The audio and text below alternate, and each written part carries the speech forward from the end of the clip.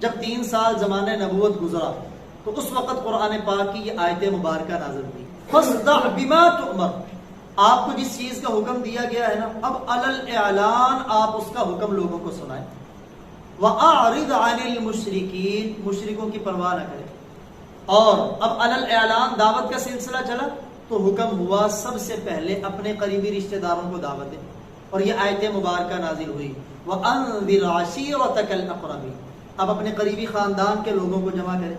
چنانچہ آپ صلی اللہ علیہ وآلہ وسلم کوہ صفا پہ چڑھے اور آپ نے قریش والے تمام قبائل کا نام لے لے کے ان کو پکارا، سب قبائل جمع ہو گئے۔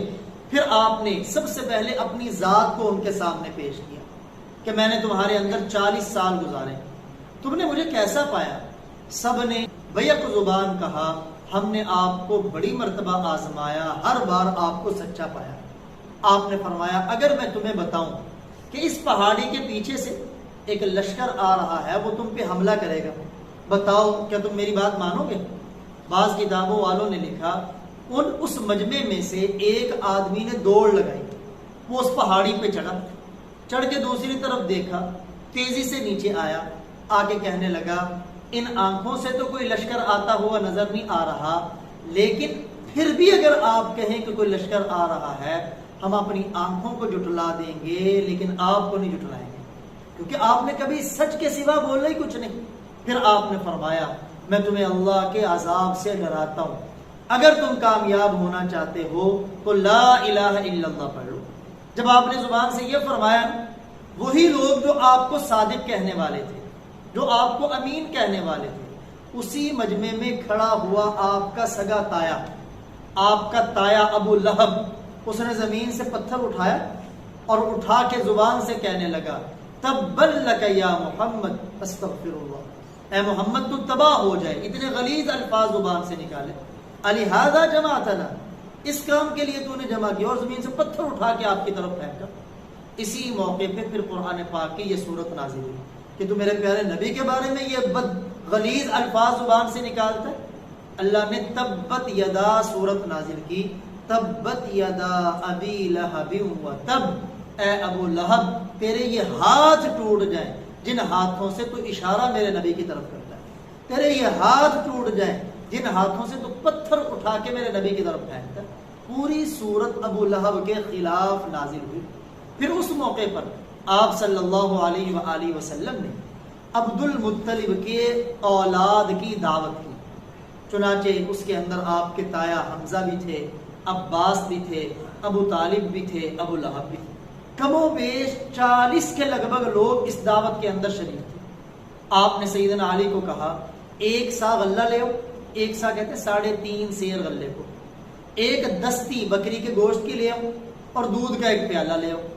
کھانا کھانے والے ہیں 40 کے لگ بھگ لوگ، اور یہ جو چیزیں منگوائی جا رہی ہیں یہ تو ایک ہی آدمی کا کھانا بنتا ہے، لیکن آپ نے فرمایا گوشت دینے سے پہلے مجھے دو۔ آپ نے خود گوشت کھا کے فرمایا اب ان کو دے دو۔ اب ان لوگوں نے وہ کھانا کھایا، ایک آدمی کا کھانا، لیکن پیارے آقا صلی اللہ علیہ وسلم کی برکت سے 40 کے لگ بھگ لوگوں نے کھایا، پھر بھی کھانا بچ گیا۔ ایک دودھ کا پیالہ آپ نے پہلے خود تھوڑا سا پیا، پھر فرمایا اب ان کو پلاؤ۔ اب ان 40 کے لگ بھگ لوگوں نے وہ دودھ پیا، سب سیر ہو گئے، لیکن دودھ ختم نہیں ہوا۔ پیارے نبی دعوت دینے کے لیے کھڑے ہوئے تو ابو لہب کھڑا ہو گیا، اور کھڑا ہو کے کہنے لگا اس کی بات مت سنو، تمہیں نظر نہیں آتا اس نے تمہارے کھانے پہ کیا جادو کیا؟ تھوڑا سا کھانا اتنے لوگوں کو پورا آ گیا۔ تو سارے لوگ ابو لہب کی یہ بات سن کے بکھر گئے، کسی نے پیارے نبی کی دعوت نہیں سنی۔ دوسرے دن پھر آپ نے دعوت کی، دعوت کرنے کے بعد آپ نے لوگوں کو کھڑے ہو کے دعوت دی کہ میں تمہیں خیر کی دعوت دیتا ہوں، اگر اس خیر کو تم مان لو گے دنیا کے اندر بھی سرداری ہے اور آخرت کے عذاب سے بچ جاؤ گے، اگر تم نے نہ مانا دنیا کی بھی ٹھوکریں ہیں اور آخرت میں بھی تمہیں بڑا عذاب ملے گا۔ ادھر ابو لہب تھا قدم قدم پہ مخالفت کرنے والا، اور ادھر پیارے نبی کا یار ابو بکر تھا قدم قدم پہ پیارے نبی کا ساتھ دینے والا۔ جس قدر ابو بکر نے پیارے نبی کا ساتھ دیا، اسی قدر آپ کے رشتہ دار ابو لہب نے پیارے نبی کی مخالفت کی۔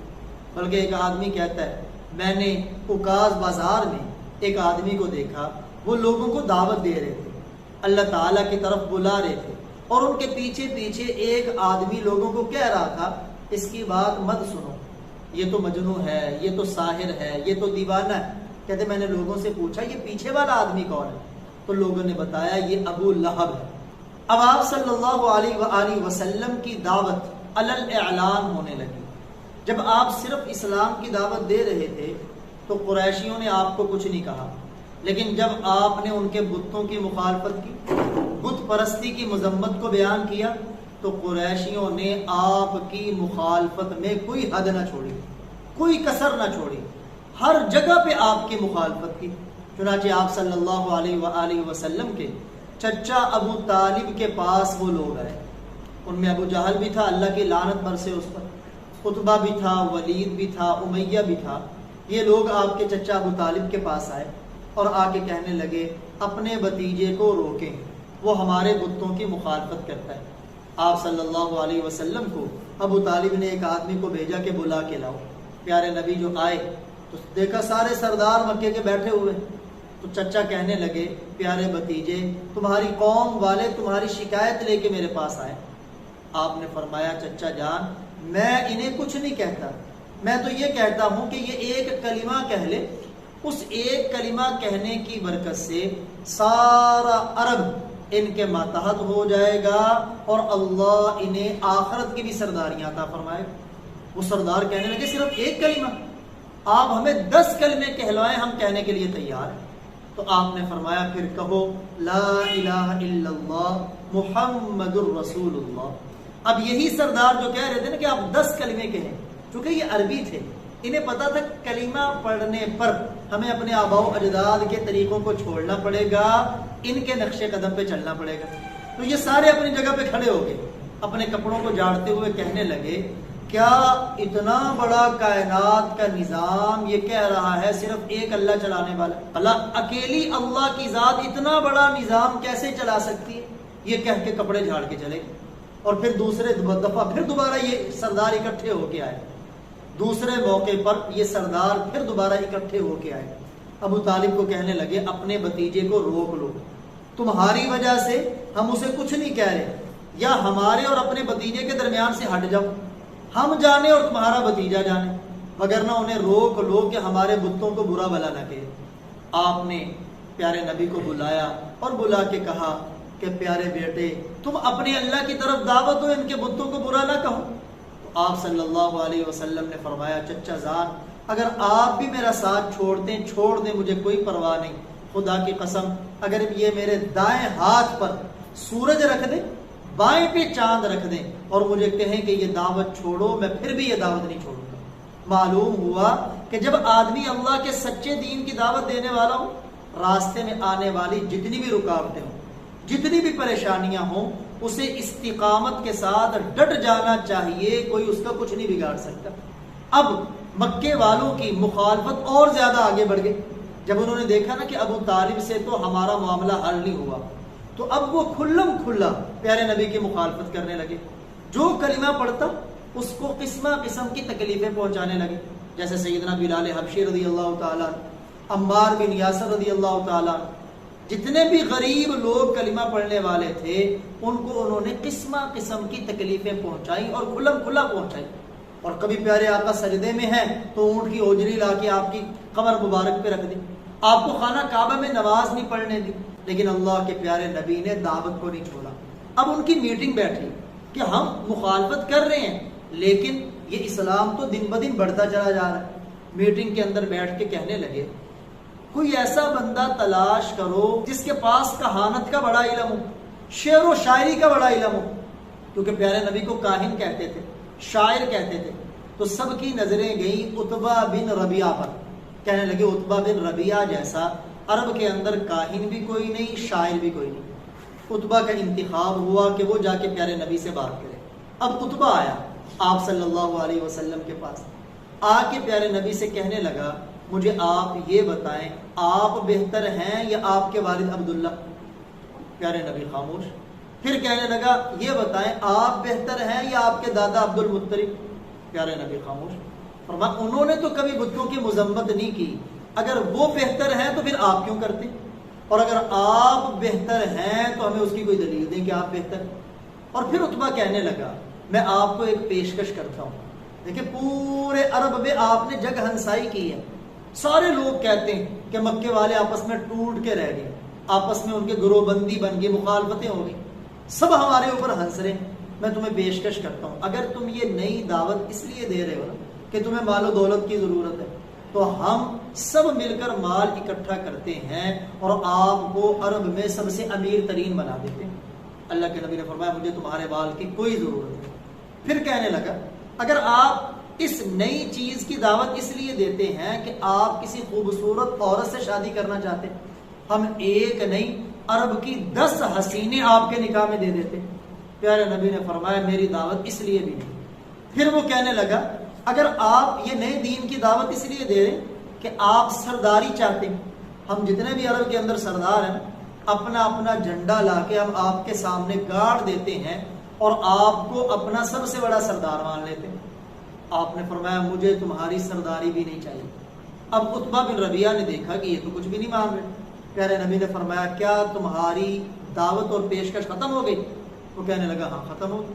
آپ نے فرمایا اب میری بات سنو، تو آپ سنائی۔ تو آپ نے حامیم سجدہ اس کی آیات پڑھی، 13 آیتیں پڑھی، حامیم تنزیل من الرحمن الرحیم۔ پیارے نبی پڑھتے جاتے، عتبہ نے اپنے پیچھے یوں ٹیک لگا کہ آپ کا یہ فرمان سن کر ہکا بکا تھا کہ یہ کیسا کلام پڑھ رہے ہیں، ایسا کلام تو میں نے اپنی زندگی میں سنا نہیں۔ جب پیارے نبی یہاں پہنچے فَإِنْ أَعْرَضُوا، اگر یہ مکے والے آپ سے منہ موڑتے، فَقُلْ، تو آپ کہہ دیں أَنذَرْتُكُمْ صَاعِقَةً مِثْلَ صَاعِقَةِ عَادٍ وَثَمُودَ، تو پھر میں تمہیں ایسی بجلی کی کڑک اور ایسے عذاب سے ڈراتا ہوں جو قوم عاد پہ آیا، قوم ثمود پہ آیا۔ جب پیارے نبی اس آیت پہ پہنچے تو عتبہ بن ربیعہ نے آپ کے منہ پہ ہاتھ رکھ لیا، آپ کو رشتہ داری کا واسطہ دیا، کیونکہ ہیں کافر، مانتے نہیں، پتہ انہیں بھی ہے کہ جو ان کی زبان سے نکلتا ہے وہ سچا ہوتا ہے، کبھی جھوٹ نہیں ہوتا۔ کہنے لگا آپ کو رشتہ داری کا واسطہ، خاندان کا واسطہ، اپنے خاندان کو بد دعا نہ دیں۔ اب عتبہ وہاں سے اٹھ کے جو واپس آیا، ابو جہل اینڈ کمپنی ساری بیٹھی ہوئی تھی۔ ابو جہل نے عتبہ کے چہرے کو دیکھا، دیکھ کے کہنے لگا بدل گیا عتبہ تو صابی ہو گیا، بے دین ہو گیا۔